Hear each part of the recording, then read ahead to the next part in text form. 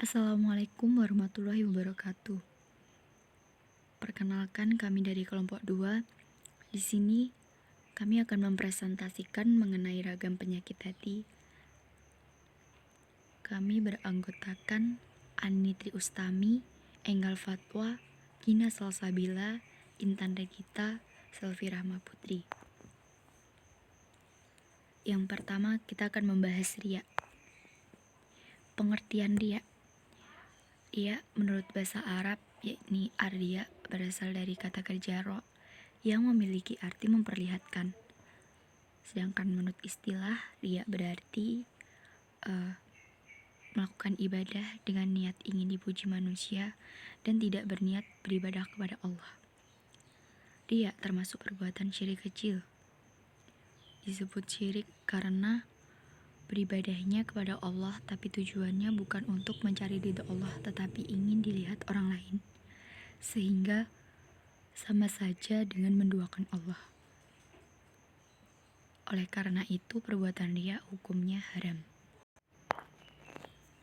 Macam-macam sifat riya dijelaskan oleh Izzuddin bin Abdussalam dalam kitabnya Mahasidur li Ayah li Hukuhiyah.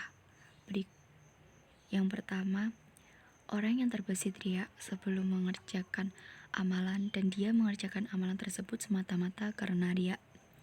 Yang kedua, orang yang timbul di dalam hatinya riya, syirik, atau mengerjakan ibadah karena ingin mengharap pujian manusia serta ridha Allah SWT. Yang ketiga, riya yang muncul di saat melakukan aktivitas atau amalan. Akibat sifat riya. Yang pertama, menghapus pahala amal baik. Yang kedua, menimbulkan kesempitan hidup. Yang ketiga, menjadikan amal ibadah yang baik menjadi batal dan berubah menjadi dosa. Yang keempat, terjebak sifat sombong yang menyulitkan diri sendiri. Yang kelima, menghilangkan keimanan. Yang keenam, mendapatkan siksa akhirat. Yang ketujuh, terhalang dari hidayah dan taufik Allah. Yang kedelapan, aibnya akan terbuka di dunia maupun di akhirat. Menghindari sifat riya, yakni dengan berbuat sewajarnya dalam berbagai hal dan tidak melebih-lebihkan maupun dikurangi. Senantiasa berbuat baik, baik di hadapan orang lain maupun tidak ada orang lain maksudnya. Lalu, tidak pernah membicarakan perbuatan-perbuatan baik yang pernah dilakukan. Tidak merasa bangga dengan kelebihan yang dimiliki dan meminta perlindungan dan senantiasa berdoa meminta perlindungan kepada Allah SWT. Pembahasan yang kedua yakni hasad. Hasad disebut dengan dengki. Pengertian hasad atau dengki yakni rasa tidak senang atas kenikmatan yang diperoleh orang lain dan menginginkan nikmat yang ada pada orang lain itu hilang. Ketika seseorang mengharapkan lenyapnya nikmat dari orang yang didengki, maka saat itu ia telah berlaku hasad. Karena sesungguhnya kedengkian adalah membenci nikmat dan menginginkan lenyapnya nikmat itu dari orang yang mendapatkannya. Sebab munculnya. Yang pertama, kebencian dan permusuhan.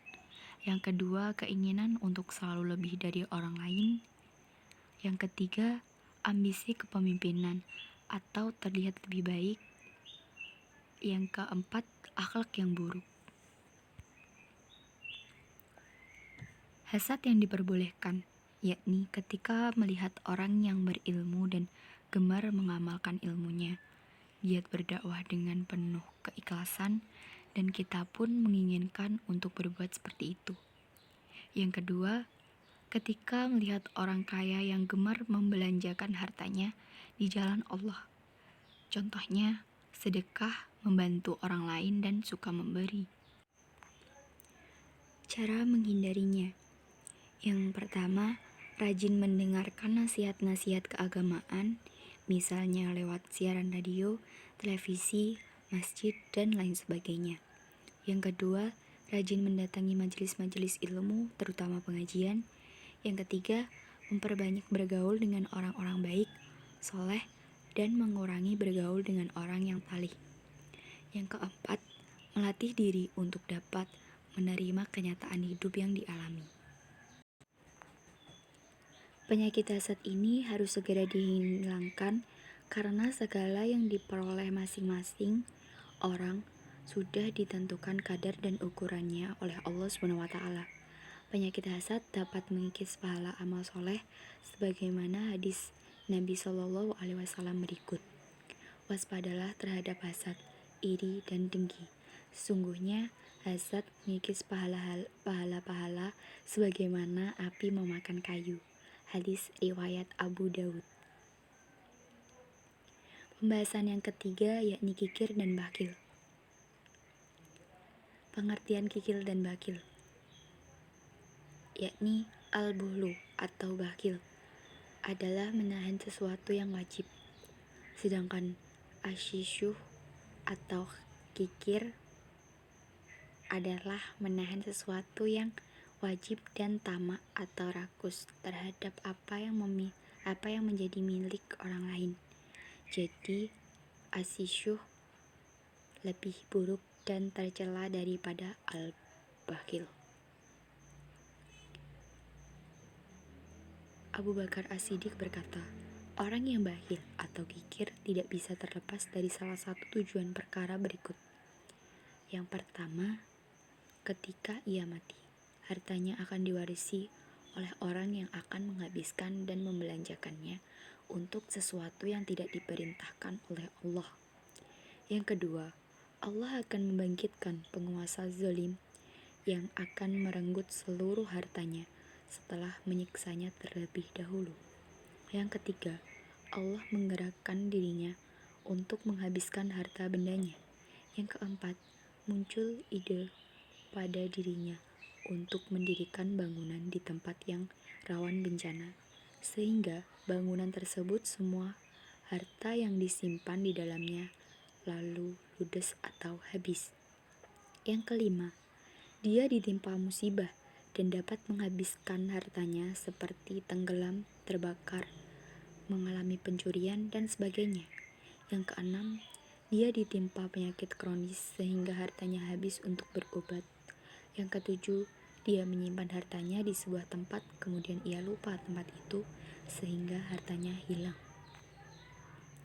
Dampak negatif kikir dan bakil yakni akan sulit mendapatkan kebahagiaan, hina di hadapan orang lain. Orang yang bakhil akan tersiksa jiwanya karena selalu memikirkan bagaimana cara agar hartanya bertambah. Hartanya tidak bermanfaat karena hanya ditumpuk saja. Bahkan orang yang sangat bakhil tidak mau hartanya berkurang sedikit pun, walau sekedar memenuhi kebutuhannya sendiri. Pada hari kiamat kelak, harta yang ditumpuknya akan dikalungkan di lehernya sebagai balasan atas kebakhilannya. Harta yang ditumpuknya tidak bermanfaat sama sekali di hadapan Allah, melainkan hanya akan mendatangkan kerugian baginya. Kehancuran yang disebabkan peperangan sesama manusia sebagaimana yang telah menimpa umat-umat terdahulu. Sebab-sebab bakhil dan kikir. Yang pertama, cinta kepada nafsu. Yang kedua, cinta hanya semata kepada harta itu. Cara mengobati bakhil dan kikir. Semua penyakit pasti ada obatnya.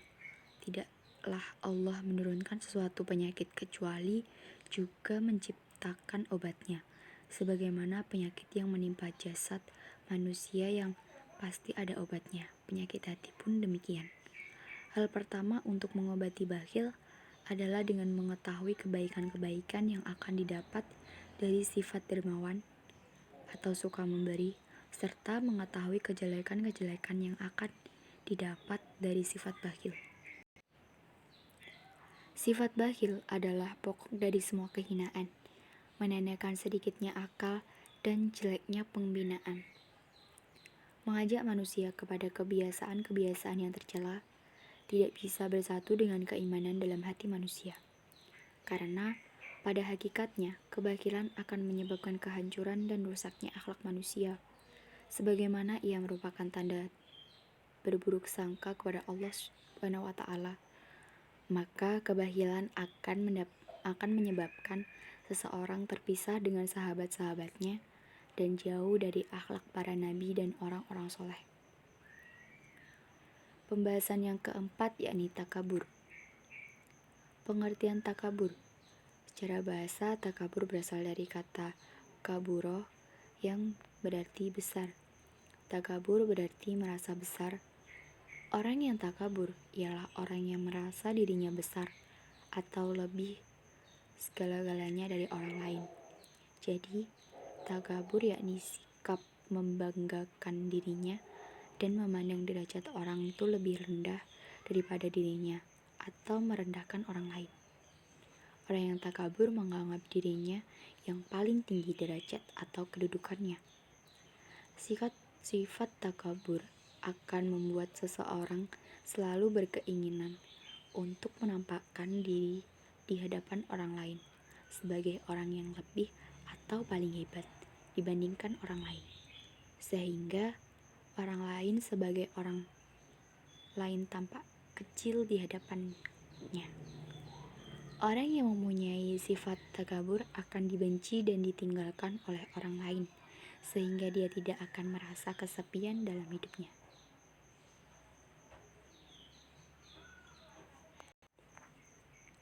Ciri-ciri sifat takabur. Yang pertama, dalam batinnya akan selalu berontak. Yang kedua, secara lahirnya kelihatan sangat angkuh. Contoh perilaku takabur dalam kehidupan sehari-hari yakni dalam memperingati hari-hari besar nasional di sekolahmu, misalnya memperingati Hari Kemerdekaan Indonesia yang ke-64. Kemudian kamu mengikuti perlombaan gerak jalan tingkat kecamatan.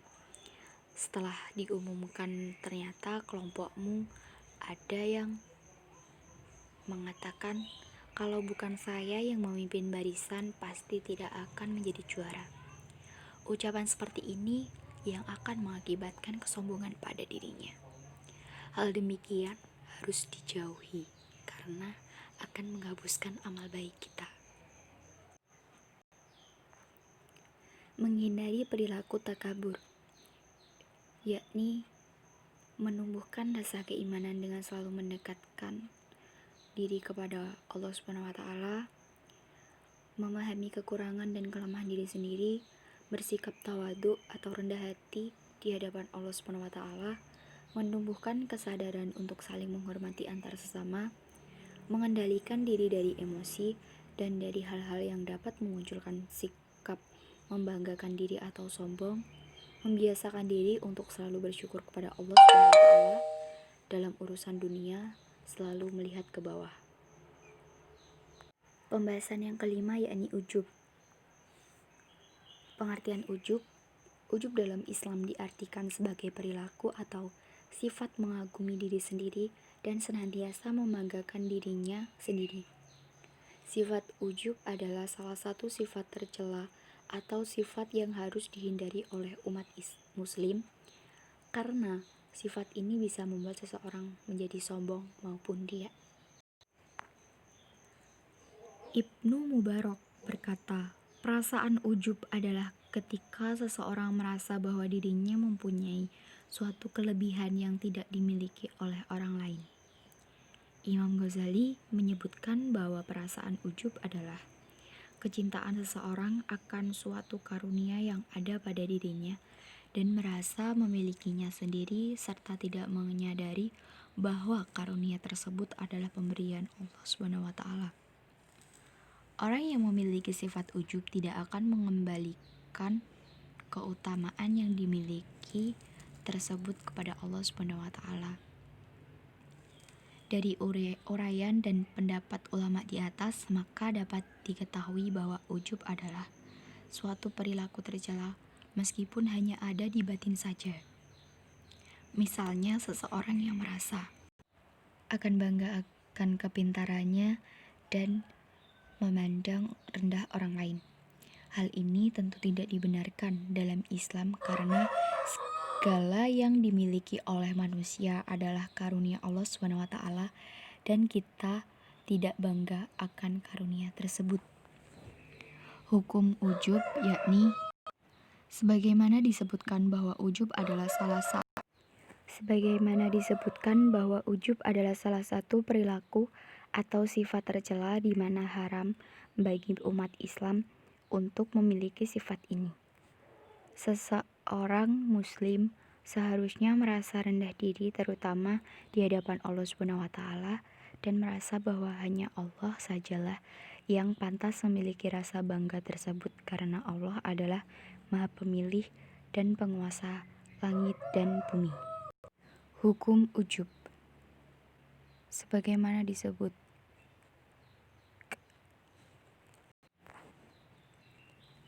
bahaya sifat ujub. Sifat ujub yang termasuk dalam sifat tercela bisa mendatangkan mudarat dan keburukan bagi yang memilikinya.